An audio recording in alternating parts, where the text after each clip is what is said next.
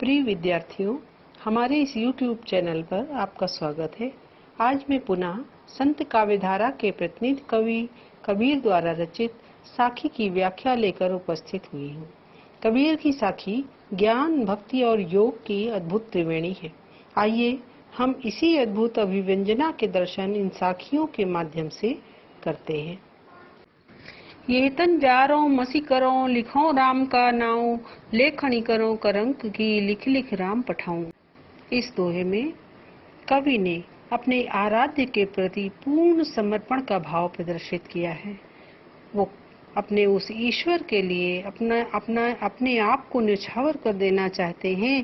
पूर्ण अनन्यता का भाव उनके इस दोहे में दृष्टिगोचर होता है।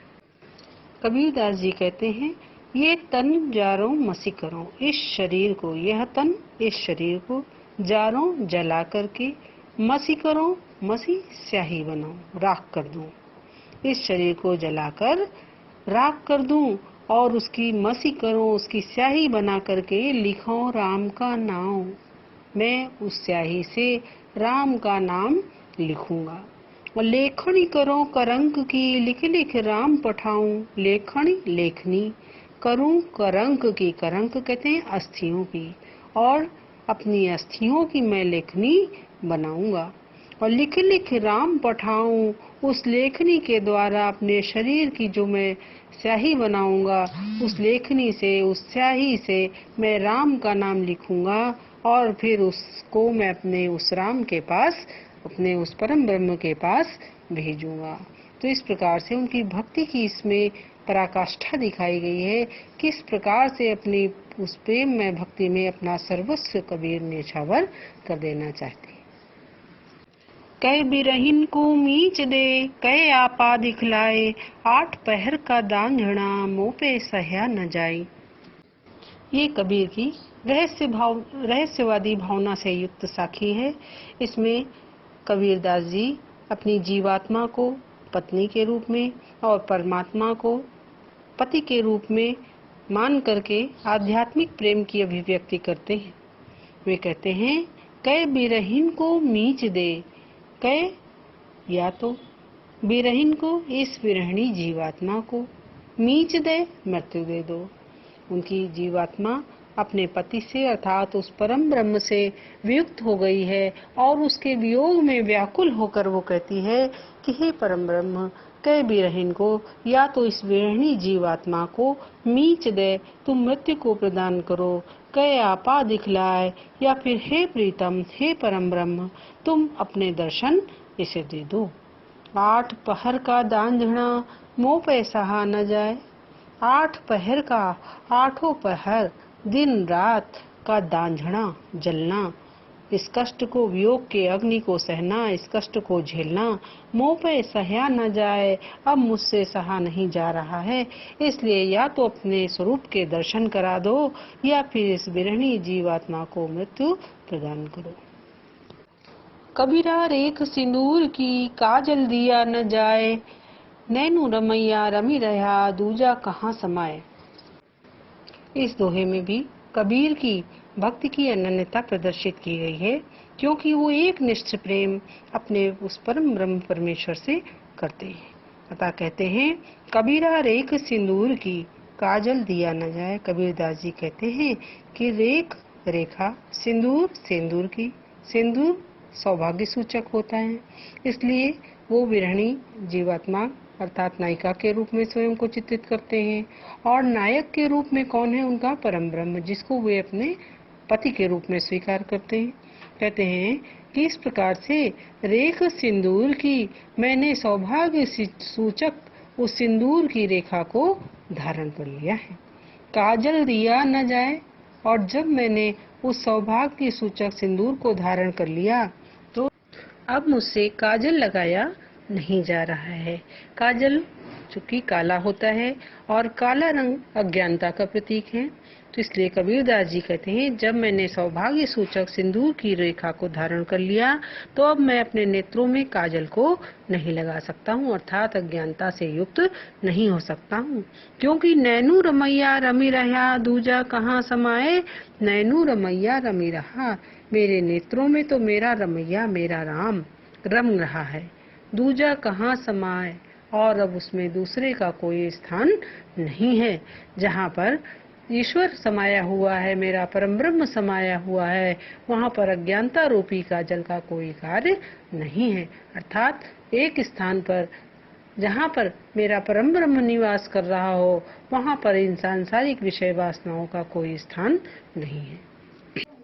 सायर नाही सीप बिन, स्वाति बूंद भी नाही, कबीरा मोती नीप जय, शून्य शिखर गढ़ माही। इस दोहे में कबीर का ठोस साधनात्मक रहस्यवाद अभिव्यक्त हुआ है। अभी तक तो उनका प्रेम मूलक रहस्यवाद दिखाई दिया, लेकिन इस दोहे में साधनात्मक रहस्यवाद के दर्शन हो रहे हैं। कबीरदास जी ने इसमें पारिभाषिक शब्दावली का भी प्रयोग किया है, जो रहस्यवादी पारिभाषिक शब्दावली है। ध्यान दीजिएगा इसके एक एक शब्द पर। सायर नाही, सायर सागर, नाही नहीं है। सीप बिन, सीपी भी नहीं है। स्वाति बूंद भी नहीं, और स्वाति नक्षत्र की बूंद भी नहीं है। सामान्यतः ये कहा जाता है कि जब सागर में सीपी होती है और उसमें सीपी में जब स्वाति नक्षत्र की बूंद पड़ती है, तब उसमें मोती उत्पन्न होते हैं। लेकिन यहाँ पर ऐसा कुछ भी नहीं है, ऐसी कोई परिस्थितियां नहीं है। कबीरदास जी के दूसरी पंक्ति पे ध्यान देना है, कबीरा मोती नीप जय, शून्य शिखर गढ़ माही। लेकिन कबीरदास जी के मोती नीप जय, मोती उत्पन्न हो रहे हैं। कहाँ पर उत्पन्न हो रहे हैं? शून्य शिखर गढ़ माही। गढ़ कहते हैं किला को। शून्य शिखर रूपी गढ़ में निरंतर मोती की उत्पत्ति हो रही है। सामान्य रूप में सागर में सीपी पाई जाती है, और सीपी में जब स्वाति नक्षत्र के जल की बूंद गिरती है तभी मोती उत्पन्न होते हैं।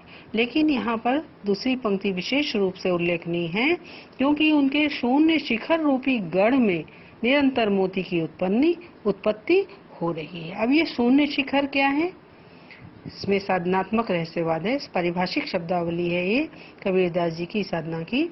इसमें कबीरदास जी कहते हैं कि जब साधक अपनी योग साधना के द्वारा कुंडलनी शक्ति को जागृत करता है, और वो कुंडलनी शक्ति अपने शरीर के 6 चक्रों का भेदन करके जब 7वें चक्र में पहुंचती है, जहाँ पर शून्य शिखर गढ़ है, सबसे ऊपर स्थित जो चक्र है, ब्रह्मांड चक्र है, वहाँ पर जब वो पहुँचती है तब उसका प्रभु से एकाकार होता है, उसे ब्रह्मानंद की प्राप्ति होती है, और वही ब्रह्मानंद रूपी मोती निरंतर उनके शून्य शिखर रूपी गढ़ में उत्पन्न हो रहे हैं।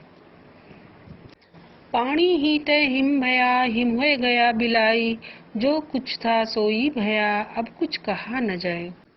इस दोहे में जीव और ब्रह्म की एक रूपता प्रदर्शित की गई है कि जीवात्मा में और परम ब्रह्म में कोई भेद नहीं है। जब जीवात्मा मोक्ष की प्राप्ति कर लेती है, तब वो पुनः अपने स्वरूप को प्राप्त कर लेती है। इसलिए कबीरदास जी कहते हैं, पानी ही तय हिम भया, हिम हो गया बिलाई।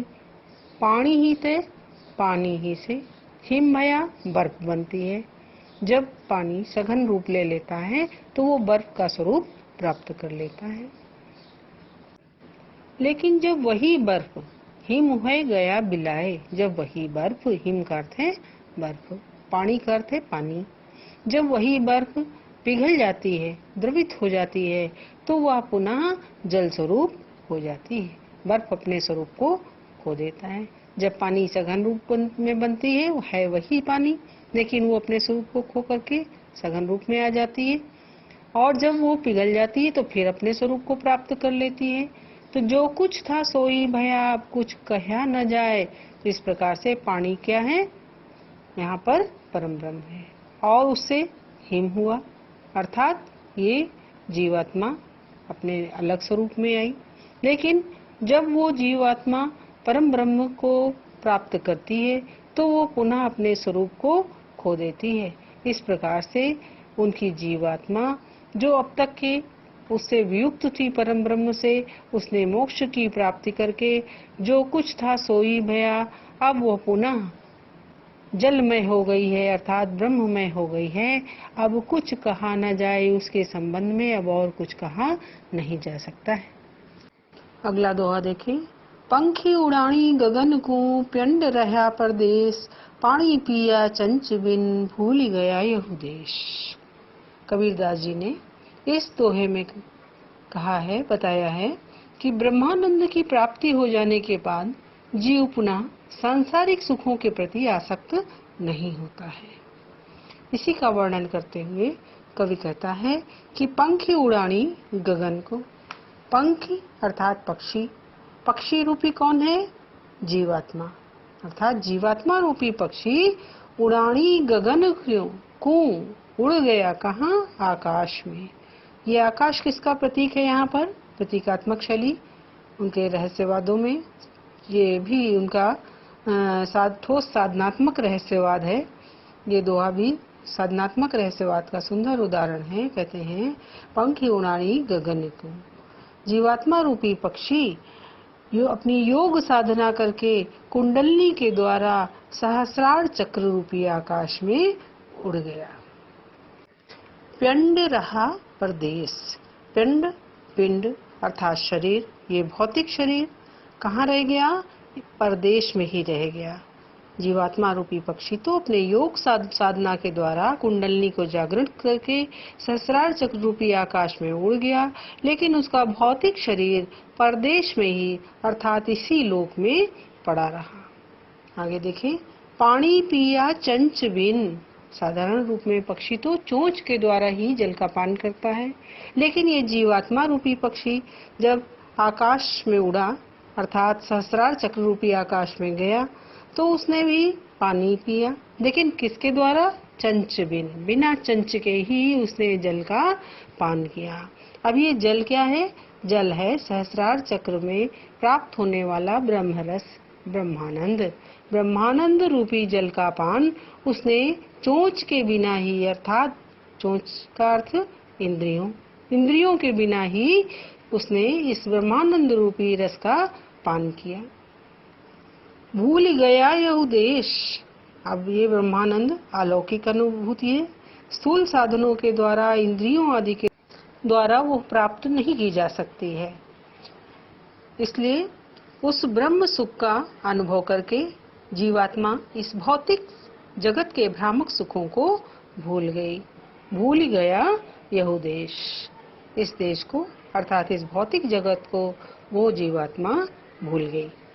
पिंजर प्रेम प्रकाशिया, अंतरि भया उजास, मुख कस्तूरी महिमही, बाणी फूटी बास।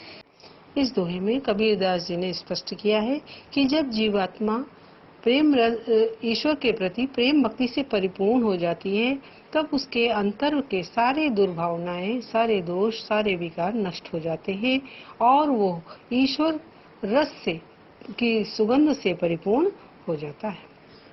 व्याख्या पर ध्यान दें। पिंजर प्रेम प्रकाशिया, जीवात्मा के हृदय में जब ईश्वर प्रेम का भाव प्रकाशित होता है तो उस भाव के प्रकट होते ही अंतरि भया उजास, उसका अंतर, उसका हृदय उजास हो जाता है, अर्थात उज्जवल हो जाता है। उसके हृदय के सारे दूषित भाव स्वतः नष्ट हो जाते हैं।